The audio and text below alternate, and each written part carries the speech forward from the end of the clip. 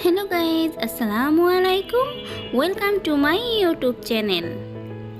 আমার সকল বন্ধুদেরকে আমার চ্যানেলে অসংখ্য ধন্যবাদ। চলে আসছি আমি আজকের ভিডিও নিয়ে। আজকে আপনাদের সাথে শেয়ার করব খুবই মজার একটা ভুনা খিচুড়ি রেসিপি। চলুন শুরু করি। প্রথমেই আমি হাঁড়িটা গরম করে দিয়েছি পরিমাণ মতো তেল।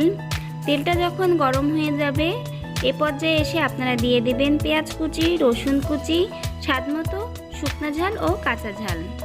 কুচি করা এই মশলাগুলো প্রথমে কিছুটা সময় ভালো করে তেলে ভেজে নেবেন। এই মশলাগুলো যখন ভাজা হয়ে যাবে তখন বাটা মশলা পেঁয়াজ ও রসুন, আদা এই তিনটা উপকরণ দিয়ে খুব ভালোভাবে আবারও কিছুটা সময় মশলার সাথে ভেজে নেবেন। মশলাগুলো যত ভালো ভাজা হবে এই ভুনা খিচুড়িটা খেতে ততটাই স্বাদ হবে। এখন দিয়ে দেবেন স্বাদমতো লবণ, হলুদ, ধনিয়া ও জিরা গুঁড়া। সমস্ত মশলাগুলো খুব ভালো করে সময় নিয়ে কষিয়ে নেবেন।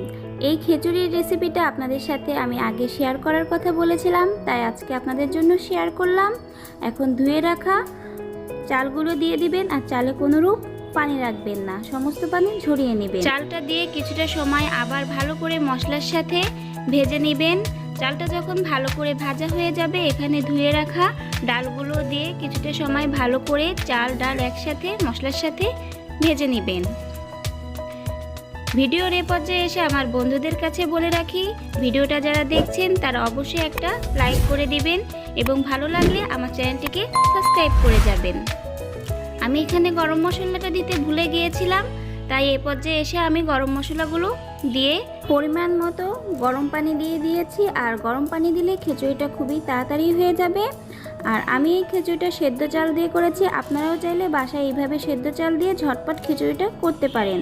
আমি গরম পানিটা দেওয়ার পরে ঢেকে রেখেছিলাম। আমার খিচুড়িটা প্রায় হয়ে গেছে, মাঝে মধ্যে একটু নাড়িয়ে চাড়িয়ে দিয়েছি।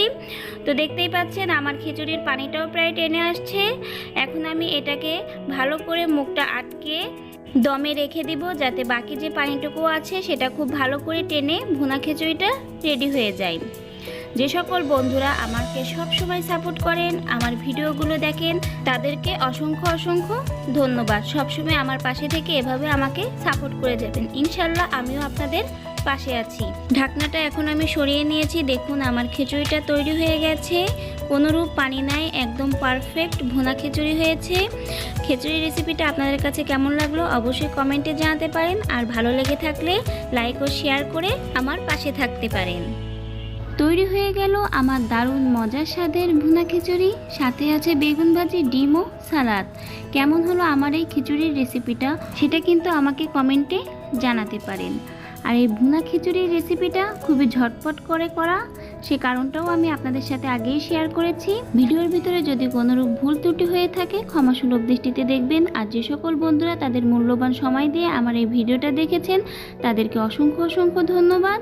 সবাই সুস্থ থাকবেন, ভালো থাকবেন। আজকের ভিডিওটা আমি এখানেই শেষ করছি। আল্লাহ হাফেজ, আসসালামু আলাইকুম।